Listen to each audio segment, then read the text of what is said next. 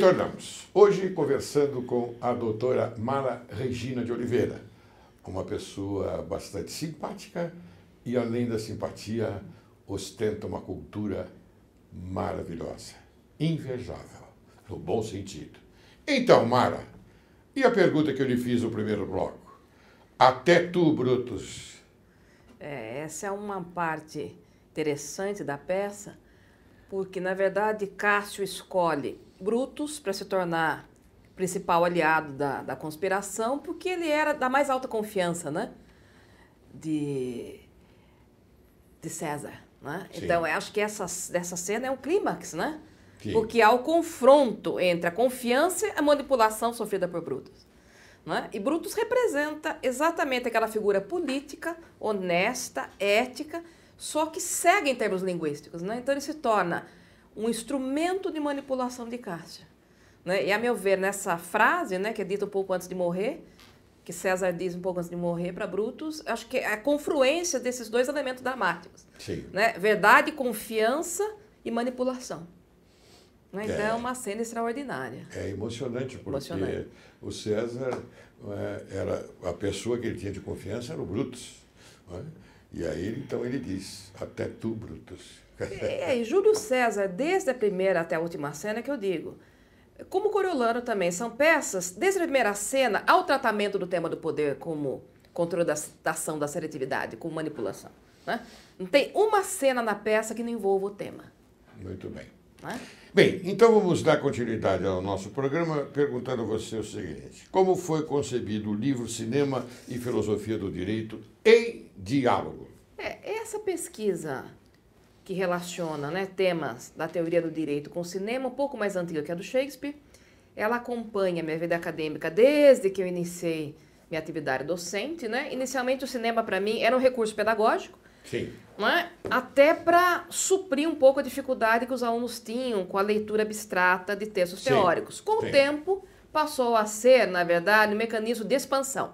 Sim. E esse livro representa, diria, a maturidade desse trabalho desenvolvido há mais de 20 anos, né? Onde o cinema não é apenas exemplo das teorias, mas é uma forma também de levantar questões que, a meu ver, estão mais incipientes nas teorias. Então, eu faço um trabalho integrado entre teorias e análise de filmes.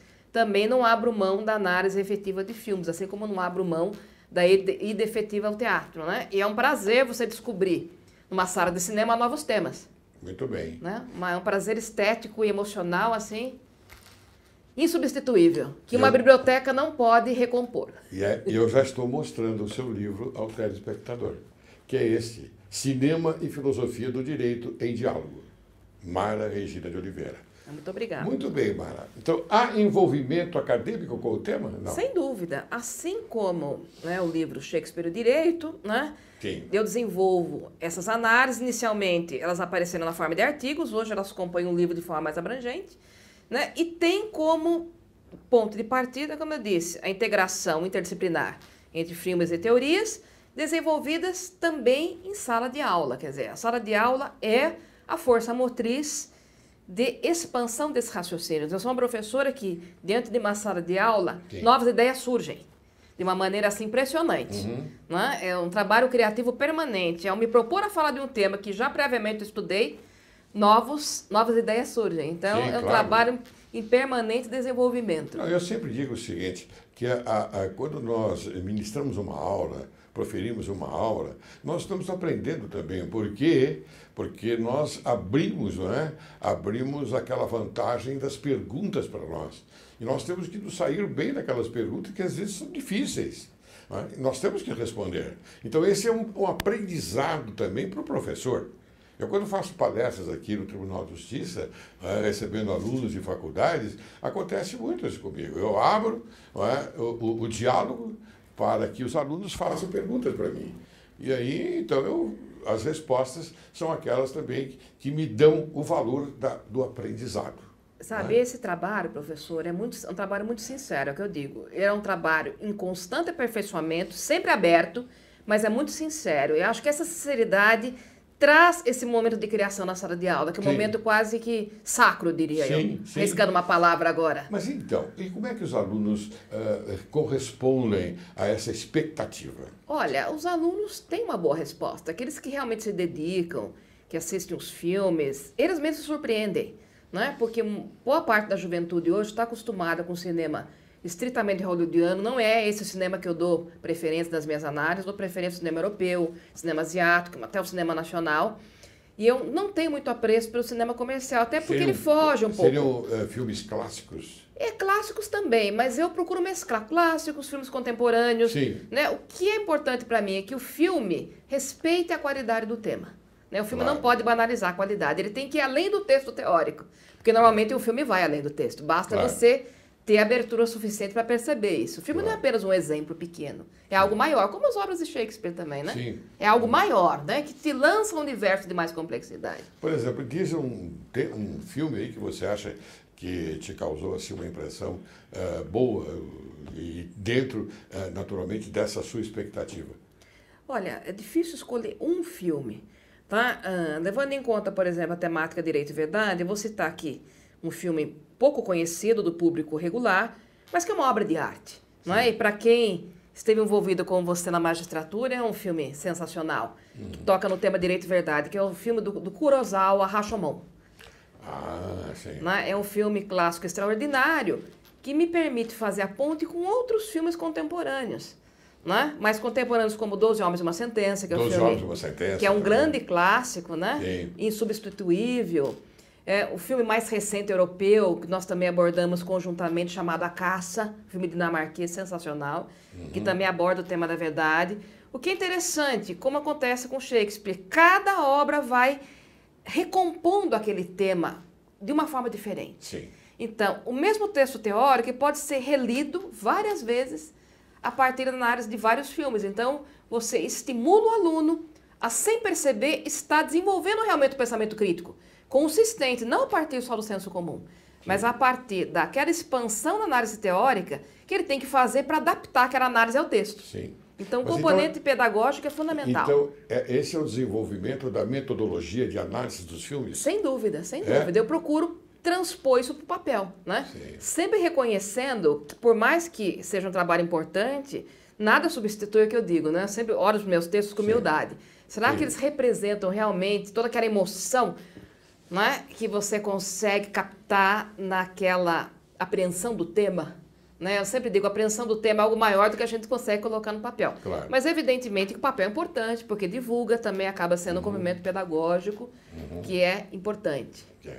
Né? Muito bem, mas os alunos então correspondem a toda essa, como eu disse, essa temática, né? Sim, na PUC mesmo, no curso de graduação, onde eu já leciono na PUC há 26 anos, foi lá que eu iniciei efetivamente minha carreira acadêmica. Lá eu consegui formalizar uma disciplina optativa de 5º ano, Direito de Cinema, né? Desde 2011 eu estou oferecendo essa disciplina, né? Apesar da loucura da realidade do aluno quintonista, com o exame da OAB, TCC, os alunos que se dedicam efetivamente têm um resultado assim muito extraordinário.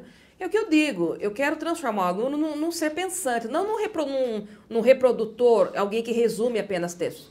Você colocou exatamente aquilo que eu sempre digo, num ser pensante e não num Ctrl-C, Ctrl-V. Hoje em dia é lamentável, as pessoas não têm mais aquela vontade de aprender, estudar. Elas querem ver a matéria pronta. Então elas vão na internet, no amiguinho Google, Ctrl-C, Ctrl-V e te entregam a matéria. E aí você diz, mas isso aqui não é nada do que eu te pedi. Não é? Mas como eles agora são clientes, não é? A coisa fica um pouquinho mais difícil. De vez em quando até acontece um pouco dessa realidade, mas o aluno logo percebe que a proposta não é essa. Né? E nós procuramos mostrar para o aluno como é bom saber reaprender a pensar, né? Claro. Que todo mundo é um ser pensante. Eu acho que essa cultura banalizada... A criação, né? Exatamente. A criação. Exatamente. Quer dizer, no fundo é você redescobrir a autoestima. Né? Que às vezes está perdida nessa deturpação que nós sofremos hoje com o mau uso da internet. Que não acho que a internet seja ruim, ela é mal usada. Né? Nós sabemos muito bem que a criação é muito importante porque ela traz a inovação e nós conhecemos também no campo filosófico, não é, todos esses temas, toda essa doutrina, mas quando você pode, naturalmente, escrever aquilo que você entendeu de um autor, por exemplo, Auguste Comte, do positivismo, não é? Ou mesmo Kelsen, não é? Da teoria pura do direito. Então você pode fazer uma crítica, você pode fazer uma crítica construtiva, não é? Mas com as suas palavras e não com as palavras de outros, não é verdade? Exatamente, porque a ponte com os filmes não está pronta. Da maneira que eu trabalho, eles não conseguem achar na internet. Não consegue. Modéstia à parte, eu consigo propor uma forma de relacionamento que é inovadora. Então ele nunca vai achar nada igual. Então ele é estimulado a pensar. E muitas vezes ele se surpreende com a sua própria capacidade. É triste observar isso, viu? Que as pessoas perderam o gosto de perceber, ou não conseguem perceber mais como é gostoso, como é prazeroso pensar, né? A cópia é uma coisa horrorosa. Mas me diga uma coisa, agora falando, saindo um pouquinho fora do nosso tema, eu não quero dizer a culpa, mas esse desenvolvimento do ócio intelectual, ele é promovido pelo governo? Olha, eu acho que é um conjunto, né, de realidades. A meu ver, eu acho que a nossa política, uma política autoritária, já constituída há muitos anos, eu acho que ela colabora. Mas você tem um cenário internacional também, a meu ver, complexo, né? Complexo. Eu acho que a cultura de massa hoje, em termos mundiais, ela favorece exatamente aquilo que o Shakespeare procura estimular. A não percepção da linguagem, né? O que eu observo que fragiliza o estudante, o cidadão, é a visão tosca da linguagem, a visão simplória da linguagem. Sim. Então ele se torna algo passivo, né? Do governo, da cultura de massa até internacional. Sim. E eu falo para meus alunos, para trabalhar com o direito, é preciso ter uma visão alargada da linguagem, não sejam brutos na vida. Lógico. Quem vocês querem ser? Cassius, Marco Antônio, Iago, Otelo, eu uso até essa metáfora. Ou Shylock, né? Que tem uma visão ingênua da linguagem. Sim, né? Então ficam à mercê de todas aquelas situações de poder que eles não conseguem assumir uma posição ativa. Eles são polos passivos, né? Muito bem, doutora. Me diga o seguinte, qual a importância do estudo do direito através da interpretação imagética do cinema?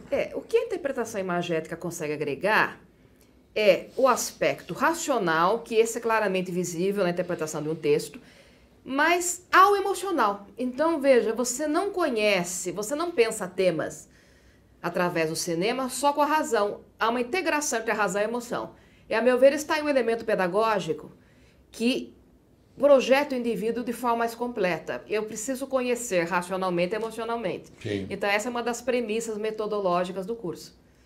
Nós não podemos conhecer apenas tentando interpretar semanticamente frases de um texto. E muitas vezes o aluno não consegue perceber, ele entendeu a semântica da frase, mas qual a relação que aquilo tem com a vida dele? Ele não consegue perceber. Então, o filme te dá aquela vivência emocional e você interpreta e conhece o tema integralmente como ser humano, não como um ser que é capaz de fazer decodificações semânticas. Mas é lógico, a gente não abre mão também da leitura de textos. Claro. Para nós é um trabalho integrado. É importante, né, a leitura do texto? Claro, porque o texto te dá a diretriz do tema que você vai buscar, né? Só que a partir daquela diretriz, o filme te projeta numa dimensão superior. E a gente sempre, é o que eu procuro mostrar no livro, é possível integrar. Não vê de forma separada, senão você cai também no senso comum, aí o trabalho não fica interessante, você cai numa generalidade, aí isso compromete a seriedade. Muita gente pensa que trabalhar com cinema, com teatro, é você fazer um diálogo, uma discussão totalmente genérica. Não, aí eu acho que você tem um entrave metodológico, você precisa da consistência temática, mas ao mesmo tempo permitir a abertura do raciocínio novo. E é aí que a gente consegue, a meu ver, conjugar os dois elementos. Nós temos excelentes atores no teatro brasileiro que aprenderam lá atrás, não é? Através da leitura, através do estudo, não é? Principalmente de Konstantin Stanislavski, não é? Que tinha o seu método. o método do personagem, a construção do personagem. Então, essa construção do personagem, que deveria ser levado a público através do palco, era protegida, não é, por uma mente que edificava um personagem, mas nos mínimos detalhes. E outra coisa, a sensibilidade do corpo também. A sensibilidade do corpo para os gestos. Tudo é importante no teatro, não é, visto dessa maneira. E nós temos excelentes atores, eu não vou nominá-los aqui, porque eu gosto de todos eles, alguns foram meus colegas no passado, não é? Trabalhamos juntos em teatro, televisão, cinema, não é? Então eu não vou nomeá-los, mas eu os tenho, não é, como da melhor qualidade, inclusive superando artistas estrangeiros. São os melhores artistas que temos, são os brasileiros. Não sei o que você acha. Não, concordo, professor. Eu procuro prestigiar ao máximo Teatro Nacional, eu vejo pelo menos 1 ou 2 peças por semana, né? Tem colegas que dizem, o Teatro Nacional não presta, eu vejo só no exterior. Eu vejo no exterior quando viajo, é óbvio, mas não deixo de prestigiar tanto clássicos como peças novas. Tem peças novas muito boas. Claro. Também muito interessantes. Claro, claro. Né? E o prazer de você vivenciar a construção do personagem no palco é uma coisa, como espectador, é uma coisa, é uma energia muito sincera, maravilhosa de ser trocada. Então, prosseguindo, vamos falar agora no direito, como você analisa essa parte do direito feita através do cinema, que revela, não é, o problema da verdade e da justiça no exercício jurídico do poder. Esse tema até ele faz parte de uma das matérias que eu ofereço no pós-graduação aqui da Faculdade de Direito da Universidade de São Paulo. Né? E um dos temas principais que nós abordamos é justamente a questão do direito e verdade. Sim. Né? Como existe uma relação do direito e verdade e o tema do poder. Né? E nós procuramos mostrar exatamente, não só através desse filme que eu mencionei, o Rashomon, que é um grande clássico, através de outros, né? A verdade como algo construído, né? E o direito enfrenta permanentemente uma questão que ele não consegue resolver. Né? Como saber a verdade? Como saber se aquele fato verificado pelo direito corresponde ao fato em si, que nós, né, como juristas, não podemos acessar? Sim. Né? Então, é um dos grandes temas, a meu ver, da filosofia do direito, que é melhor traduzido, melhor ensinado também através dos filmes. Muito bem. Essa é uma grande temática, a meu ver, que não se fecha, né? Uma temática que reaparece nos filmes mais contemporâneos de uma forma muito criativa. Muito bem. Você falou entre o direito e o poder. Eu quero saber, e a violência no Brasil? Essa é uma outra matéria que eu também ofereço. Eu tenho a felicidade de oferecer 2 matérias sobre cinema aqui na Faculdade de Direito da Universidade de São Paulo. Essa eu foco diretamente o cinema nacional, mostrando que tipo de relação o cinema nacional desenvolve com o tema direito e violência, né? Direito, poder e violência. Eu começo desde o cinema novo, a gente começa a analisar obras do cinema novo e chega até o cinema contemporâneo. Sim. Né? E o que eu observo, sempre existe, digamos assim, de uma forma problemática, a prevalência da violência sobre o direito. Esse é um tema que sempre retorna, ele não ficou apenas na obra de Glauber Rocha, que é um dos autores que a gente privilegia. Glauber Rocha, nossa, é maravilhoso. Deus, o Diabo na Terra do Sol, Terra Entrando, são filmes que nós analisamos. E o Brasil não saiu ainda desse círculo vicioso da violência. Né? Não saiu ainda. Não saiu. Embora a roupagem jurídica tenha se modernizado, as relações são as mesmas. Inclusive são apartidárias, né? Não, a questão de partido aí não interfere. O Brasil continua repetindo seus ciclos de violência e de abuso, independentemente da questão partidária. Isso do ponto de vista filosófico? Isso. Não é? Isso. Muito bem. Bem, eu agora queria saber por que a opção do e-book. Olha, o e-book me deu a oportunidade de, em primeiro lugar, tornar o acesso à obra, digamos assim, mais fácil ao aluno. Né? O e-book hoje você consegue disponibilizar no mercado com rapidez, menos burocracia e o custo é muito acessível. É quase o preço que eu digo, quase o preço de uma coxinha e meia hoje, o preço de um e-book. E eu utilizei a plataforma da Amazon, que é uma plataforma muito ágil, confiável. Sim. Então, minha preocupação é tornar esse material viável ao aluno. Um livro físico é um livro mais caro, né? Sim.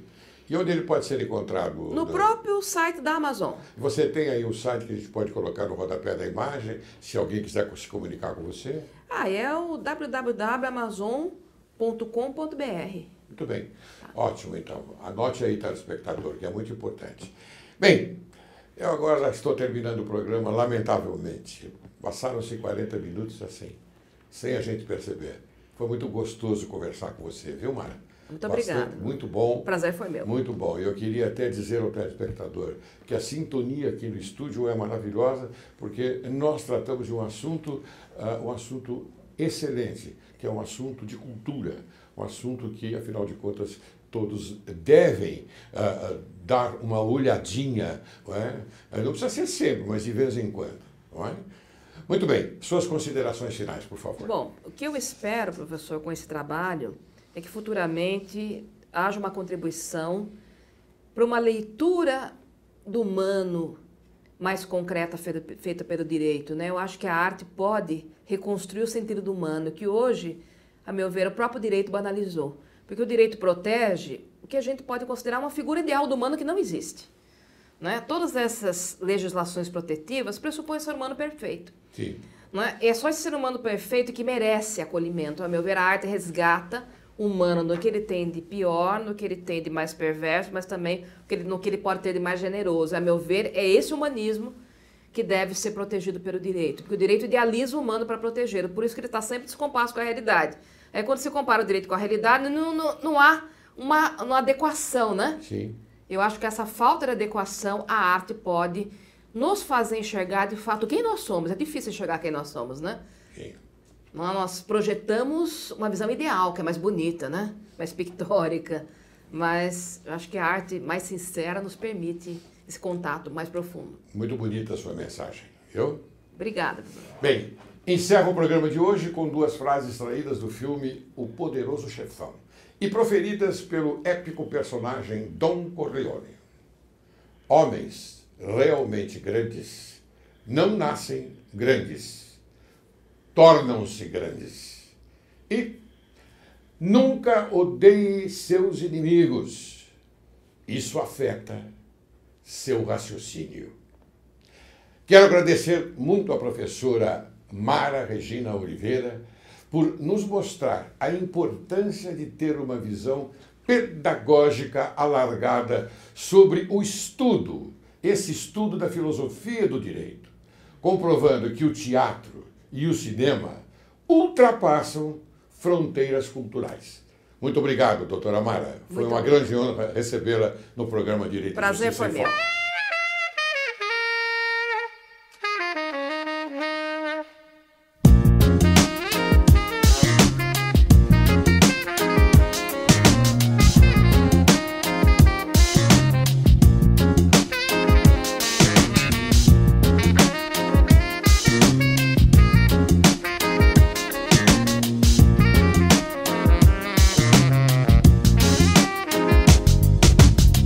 Si ma folie fait ton désespoir, ne m'en veux pas, je n'ai pas voulu te faire de tort. Si tu savais combien mes désirs me font souffrir, ne m'en veux pas, je me